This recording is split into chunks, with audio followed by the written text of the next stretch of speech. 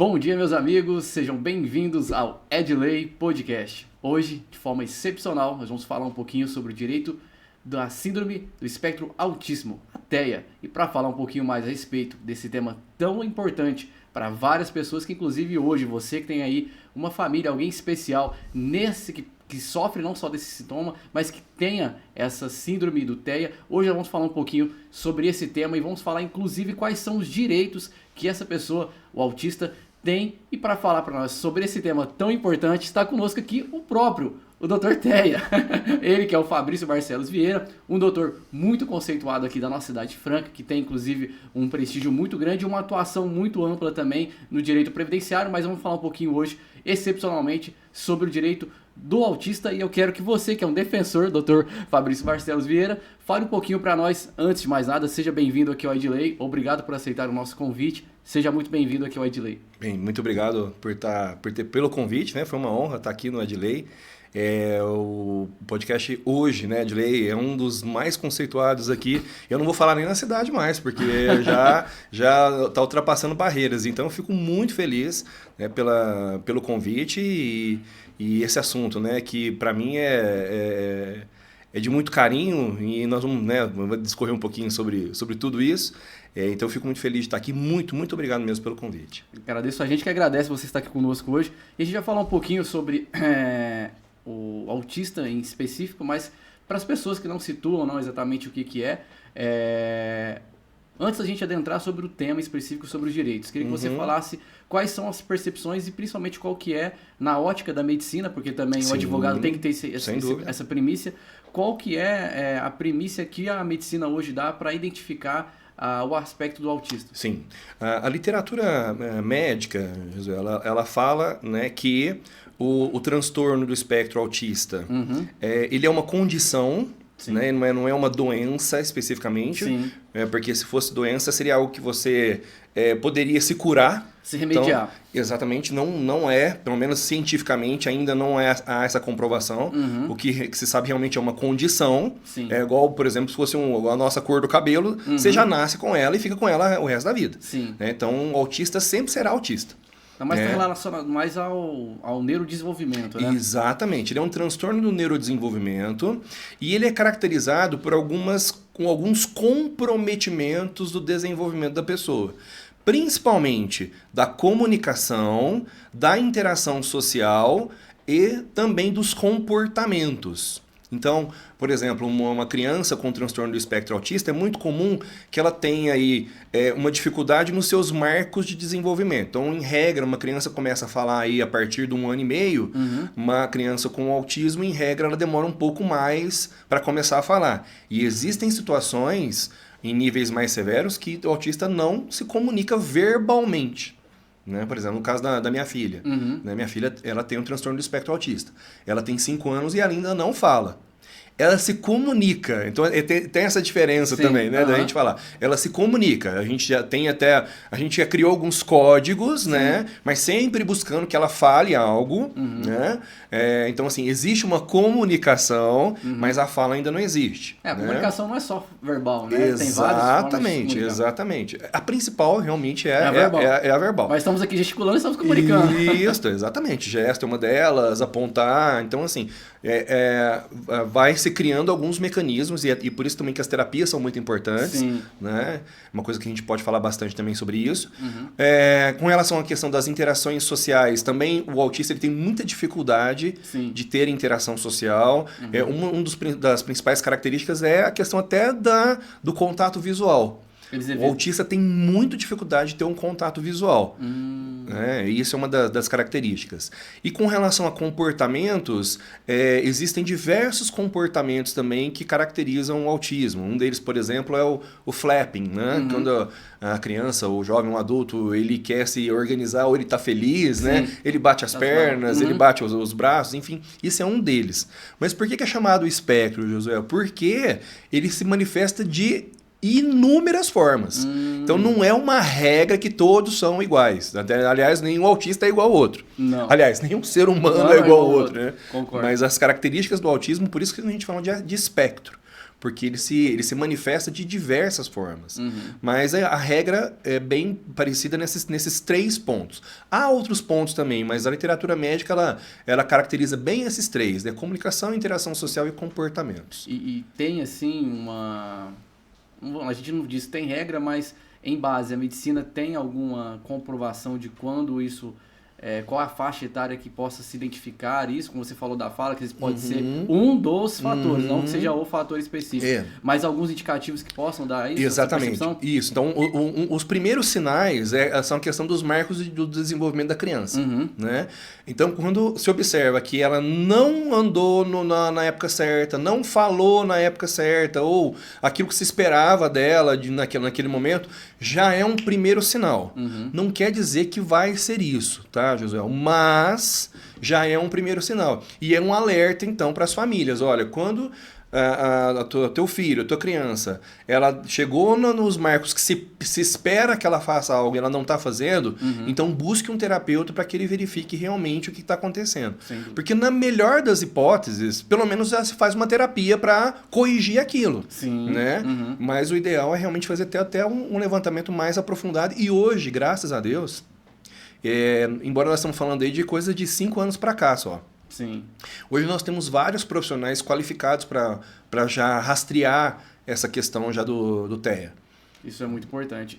Um aspecto que eu já percebi em algumas famílias, e aí a gente ainda vai falar um ponto aqui, porque às vezes até vamos dizer assim, esse receio de talvez perceber ou realmente fazer essa avaliação com a criança para perceber se de fato tem, acaba que evitando, que é o que a gente vai começar a adentrar aqui no assunto, que é os direitos, né? Isso. E aí a gente quer falar num ponto de que a família ela precisa ter esse olhar muito mais delicado, sensível, no sentido de não ficar... Porque algumas famílias podem falar assim, mas eu vou ter alguém na minha família que vai ter o aspecto autismo. Como se fosse algo negativo, e não é algo negativo. É um ser humano. Exatamente. É um ser humano. E eu queria que você falasse assim, um conselho como você, inclusive, tem, como você é pai, deixasse já de introdução aqui pra gente falar sobre direitos, qual deveria ser a sensibilidade dos pais para a criança que é autista? Eu acho que o primeiro, a questão é realmente respeitar, né, e entender que é apenas uma condição e não é uma sentença de morte ou de que ela vai ser uma pessoa dependente ou não autônoma o resto da vida. Muito pelo contrário. Hoje nós temos diversas ferramentas para isso. Né? Então, quanto antes a família buscar ajuda, buscar as terapias, maiores são as chances da gente ter que essa criança seja um adolescente, um adulto, com o seu desenvolvimento adequado, com a sua autonomia, com a sua independência. Então é muito importante que as famílias entendam a necessidade de assumir isso, porque realmente é uma dor, é diferente, né? Quando o cuidado a gente... é diferente. E na verdade, não sejamos hipócritas. Por quê? A dor nossa realmente é muito grande. Por quê? Porque nós idealizamos muito os filhos, né? Nós idealizamos muitas situações. Existe até um comparativo de um terapeuta que fez, e é muito legal esse comparativo que ele faz. Quando a criança nasce ou quando ela é concebida, você está imaginando que você vai viajar para Disney. Né? Então você vai lá brincar nos brinquedos, vai conhecer o Pateta, vai conhecer não sei o que, tá. Quando vem o diagnóstico do TEA, do autismo, você descobre que você não foi para Disney, que você foi para Amsterdã, tá? Mas você começa a descobrir que essa viagem também está sendo maravilhosa. Porque Amsterdã, e aí eu conheço Amsterdã e eu sei... Então, você pode falar eu posso falar até com propriedade. Amsterdã é uma cidade maravilhosa, né? Só que você idealizou ir à Disney. Então, essa adaptação de você entender que Amsterdã também é maravilhosa e eu posso muito curtir tudo que Amsterdã tem para me oferecer, é a questão, então, do pós-diagnóstico do TEA. Né? Olha, tem ainda um caminho e uma jornada maravilhosa para percorrer com seu filho, né? E você vai observar que a criança com autismo ela tem uma sensibilidade maravilhosa. Assim, você se surpreende a cada dia. Eles têm uma percepção muito ampla do que está acontecendo. Muito. E é um aprendizado todo dia. Todo dia a gente aprende muito. Né? Então, eu acho que essa questão da família, como você colocou, é muito importante. E ainda nos assusta muito. Tá? Por que eu estou falando isso? Recentemente... recentemente não, na verdade a gente vai perdendo a conta, a gente ficando velho, a gente vai perdendo a conta. Já tá em quase um ano já que eu me Especializou. eu tive o certificado de mestrado. Uhum. Aqui na FACEF, que aliás eu recomendo muito, porque eu fiquei muito surpreendido. Uhum. É um mestrado interdisciplinar e eu fiz em políticas públicas em saúde para crianças com autismo. Olha. A minha dissertação. Uhum. E eu fiz várias entrevistas e foi unânime, Josué, unânime. Todos os entrevistados que eu passei me disseram uma coisa que me assustou muito. As famílias ainda estão com muita dificuldade de aceitar o diagnóstico. Eu toquei justamente nesse ponto porque elas têm realmente esse receio como se classificasse que o normal seria um filho interagir normal, mas não é. Não, assim, a gente pode começar até a mudar um pouco também essa concepção. Porque assim, por que ela não é normal? Aliás, o que é normal? O que é normal, exatamente. Por que ela não pode ser tratada também normalmente?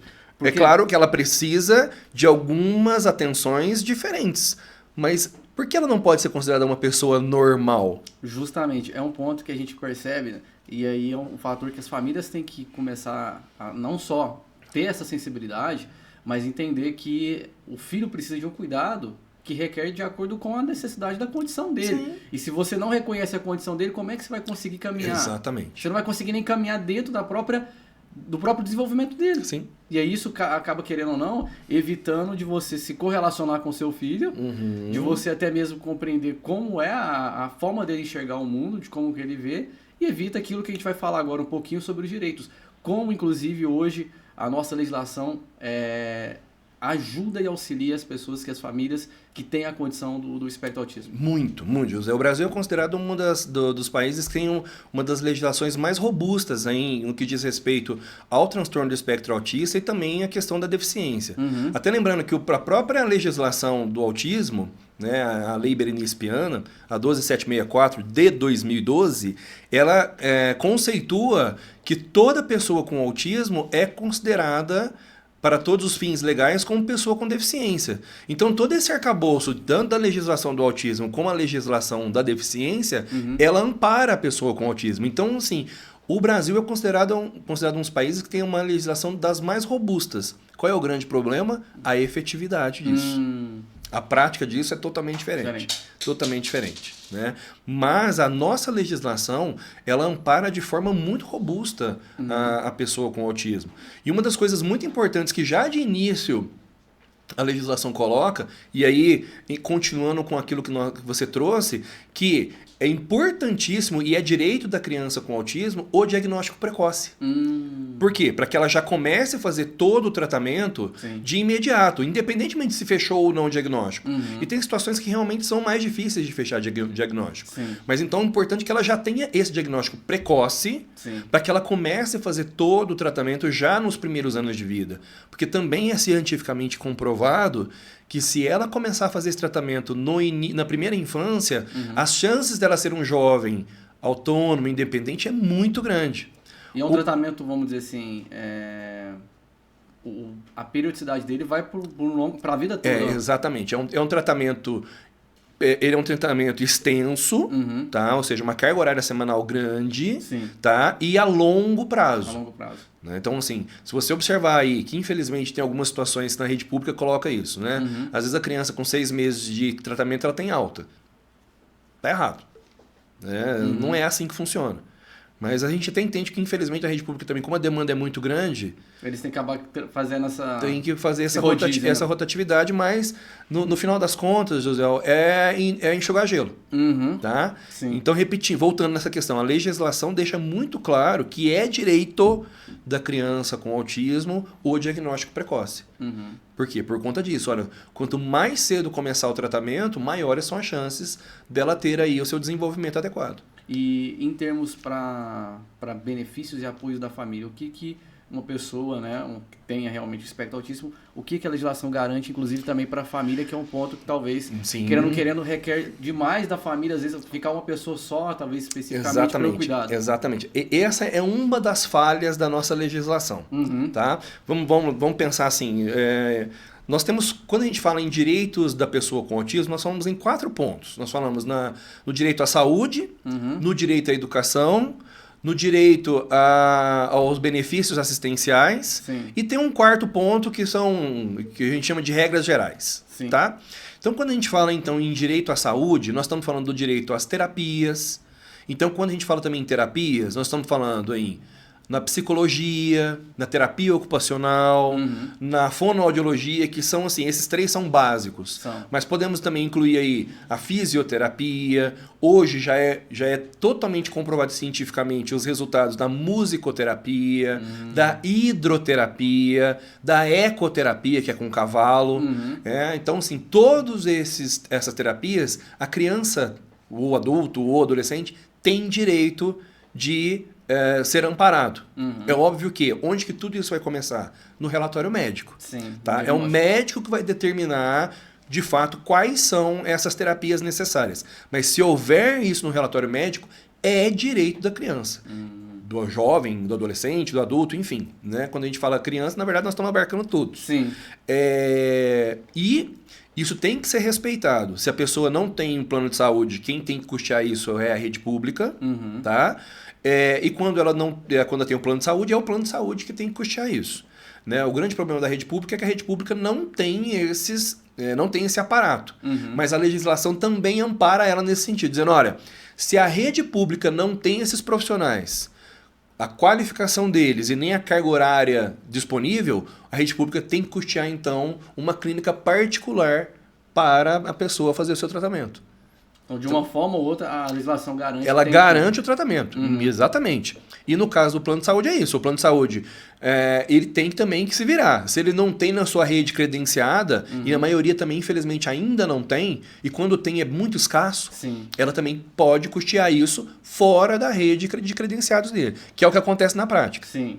Então nós colocamos aqui o Dr. Terra como defensor, mas você acaba sendo um cara que também acaba aqui brigando, né? Porque a gente sabe que nem todos esses direitos às vezes são assegurados. Não, na verdade, infelizmente, todo dia eu recebo milhares de famílias nessa situação, né? Embora eu vou te falar o seguinte, hoje o trabalho ainda tá? E aí voltando até um pouco na minha história, quando eu comecei realmente a trabalhar, a primeira coisa que me chamou muito a atenção é que as famílias não estavam nem no ponto de brigar pelo direito. Estavam no ponto até de entender quais os direitos. Ou seja, nem os direitos exatamente elas não sabiam. E vou te falar a verdade, ainda não sabem. Ainda não sabem. A grande maioria das famílias, quando tem o diagnóstico e quando começam a fazer todo o trabalho, não sabem nem para onde correr.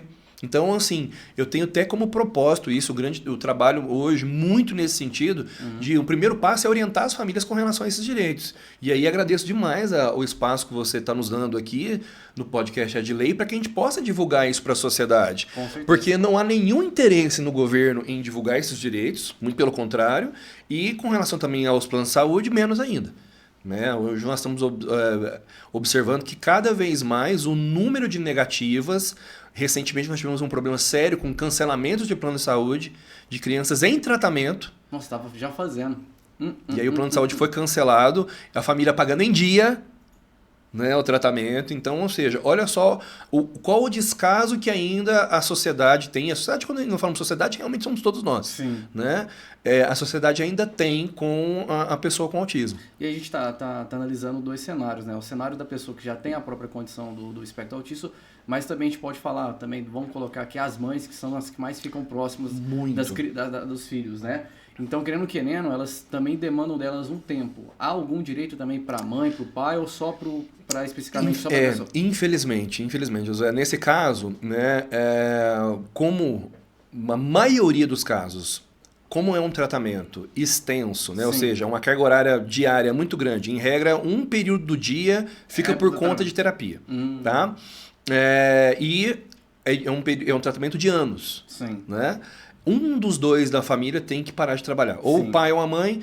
Uma questão aí, vamos pensar até biológica, social e cultural, para quem que fica isso? Para a mãe. Sim. Em regra, é a mãe que vai fazer todo esse acompanhamento. E ela precisa parar de trabalhar. Então, além dela parar de trabalhar, é uma renda a menos no orçamento familiar. Sim. Então, primeiro, além dela parar de trabalhar, isso também diminui a renda familiar. Então, isso vai ficando muito mais complicado. Por outro lado, a legislação ampara também o benefício, o BPC para a criança com autismo que seja de família de baixa renda. Tá? Uhum. E aí, hoje tem uma flexibilidade muito grande no judiciário. No INSS, esquece. No INSS são rigorosíssimos. Uhum. Mas no judiciário há uma flexibilidade maior quando tem aí dentro da família uma pessoa com autismo ou com deficiência, porque o gasto de uma criança ou de um jovem, um adulto deficiente é muito alto. Mesmo que você consiga todas as terapias, né, seja pela rede pública, seja pelo plano de saúde, o gasto no dia a dia é muito grande. Você está falando de deslocamento todos os dias. Então, esse é um dos pontos. Esse é um dos pontos.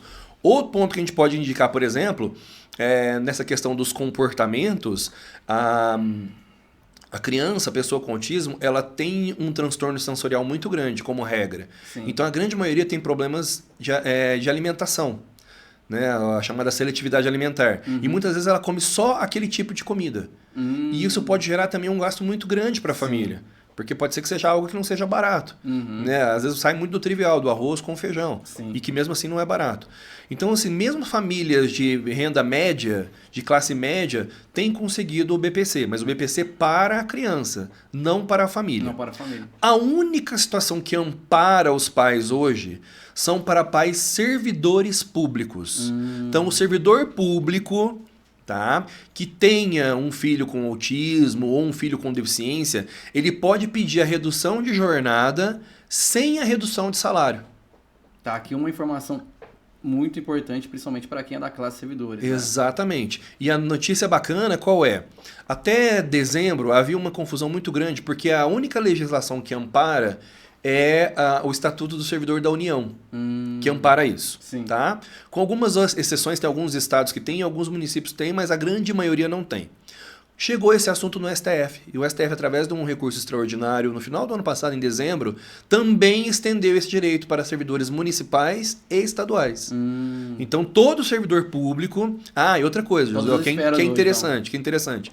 Também servidores estatais. Então, por exemplo, o trabalhador do Banco do Brasil, da Caixa Econômica Federal, dos Correios, ou se tem algum município que tem alguma estatal, né, aqui no estado de São Paulo, por exemplo, a Sabesp, Sim. pode também se beneficiar dessa legislação. Sensacional.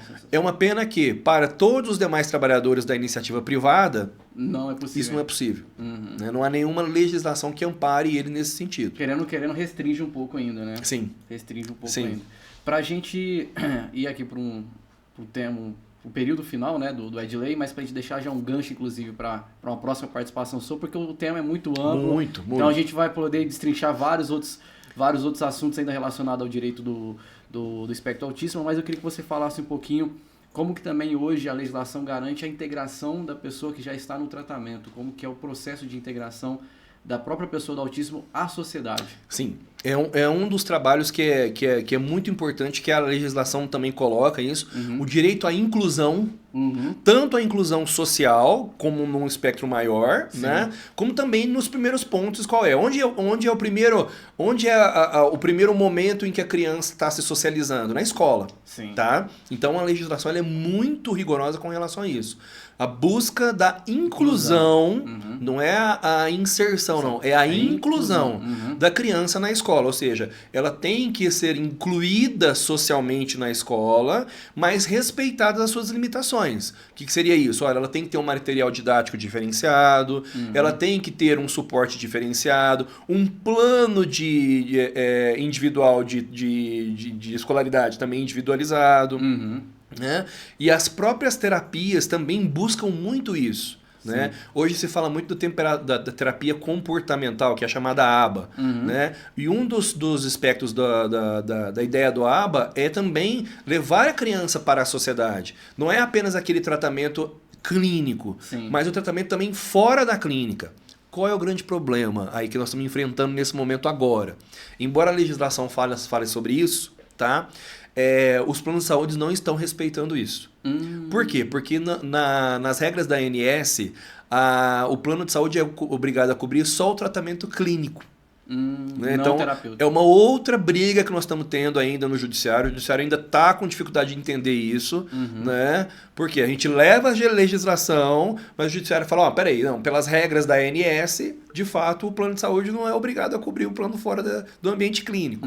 Mas a gente acredita que em breve o judiciário vai começar a entender melhor, que também é uma luta nossa nesse sentido, de que eles entendam, de que a sociedade entenda essa necessidade. O plano em si você não vai usar mais para a saúde em si só por condições fisiológicas, você vai usar pelo condicionamento do que a pessoa já tem. Sim. E é uma questão comportamental. É diferente, por exemplo, José, e aí é uma questão da educação, quando a criança precisa de um acompanhamento pedagógico diferenciado. Sim. Ok, então aí nós estamos falando de uma obrigação da escola. Agora, quando nós estamos falando de questões comportamentais, em que a criança precisa de uma ajuda, seja em qual ambiente for, seja na escola, seja em casa, seja no parque, seja no shopping, ela precisa da intervenção de um terapeuta. É necessário, então, que esse terapeuta também esteja em conjunto com a criança. Sim, com certeza. E onde ela fica a maior parte do tempo? Na escola. E aí os juízes ainda estão entendendo que, na verdade, isso é uma obrigação da escola, mas não é. Nós estamos falando de uma questão comportamental. Sim. E não pedagógica. Sim. Então, vamos dizer assim, ainda querendo, a própria sociedade também tem que muito se adequar a muitos cenários. Muito. Nós estamos ainda numa evolução. Por outro lado, nós estamos falando de algo muito novo. Sim. Muito novo. Né? A legislação do autismo ela tem 12 anos, é muito recente. Sim. A legislação da deficiência ela tem 7 para 8. A questão realmente de nós entendermos melhor aí a questão do transtorno do espectro autista, a literatura médica sobre o assunto, até a questão do material legal, né, o estudo para nós, operadores do direito, ainda é muito escasso. Sim. Então nós estamos falando de algo muito novo ainda. E que, sem dúvida nenhuma, nós temos aí um longo caminho a percorrer, mas que eu acredito que vale muito a pena.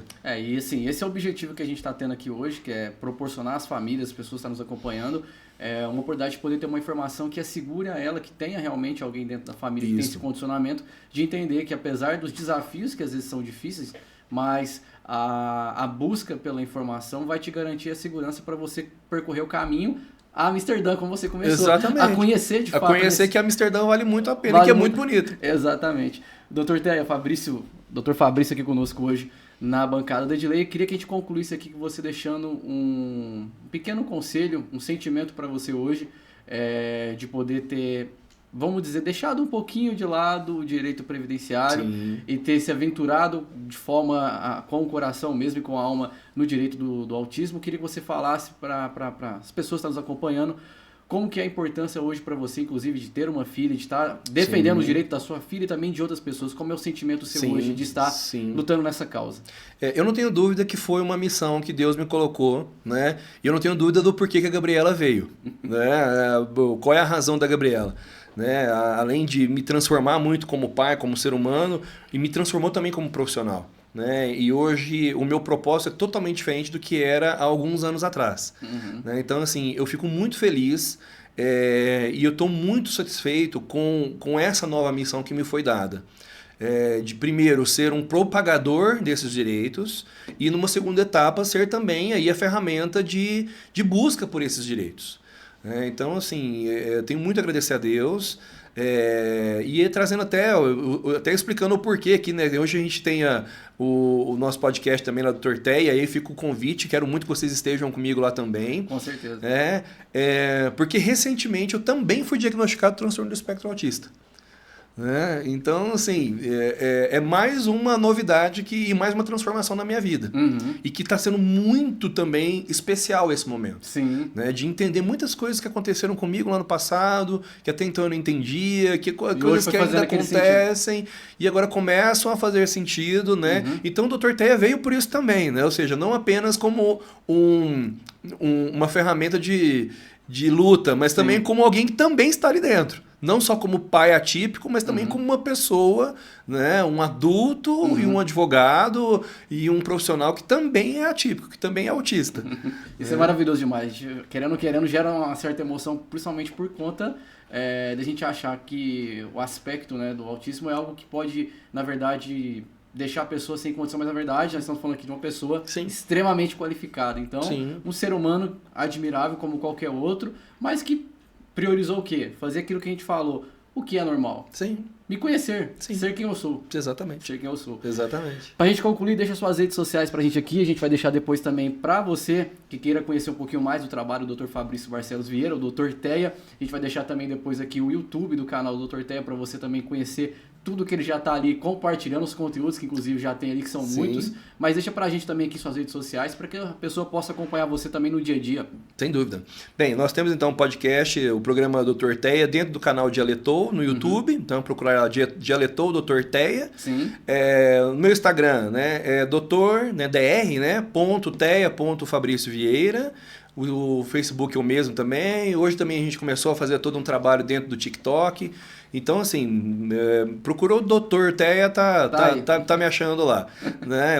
E a gente tem ido bastante em várias palestras, congressos. Sim. Então, assim, eu estou muito feliz com toda esse novo universo que eu estou vivendo. Né? E, mais uma vez, agradecer muito o convite do podcast Edley por estar aqui e estar podendo falar um pouquinho sobre autismo, que é um assunto que eu tenho um amor muito grande. A gente que agradece, ficamos muito felizes de poder trazer um especialista tão conceituado como o senhor aqui no Edley hoje. E esse, na verdade, é a missão também nossa aqui, é poder trazer os melhores especialistas da nossa cidade, que possam trazer e compartilhar a você a informação que a gente sempre coloca aqui com muita veracidade, com muita credibilidade, que é pra gente o que é mais fundamental. Está aqui uma pessoa que tem muita credibilidade para falar a respeito, e a gente quer agradecer você também que esteve nos acompanhando aqui hoje na edição do Edley. Ficamos por aqui hoje e tenha, sem sombra de dúvida, a certeza de que o Dr. Teia vai voltar aqui ao Edley para falar um pouquinho mais sobre outras dúvidas que talvez você hoje aí ficou e que queira também estar encaminhando para nós. Você pode estar deixando também nos comentários ou também conferindo lá no Instagram do portal Notícia Franca todos os cortes que a gente vai deixar também hoje desse episódio, e você deixar lá o seu comentário, a sua opinião, a sua dúvida, e a gente vai estar aqui também no próximo assunto com o Dr. Teia, esclarecendo todas as suas dúvidas no Edley Podcast. Até a próxima edição, pessoal!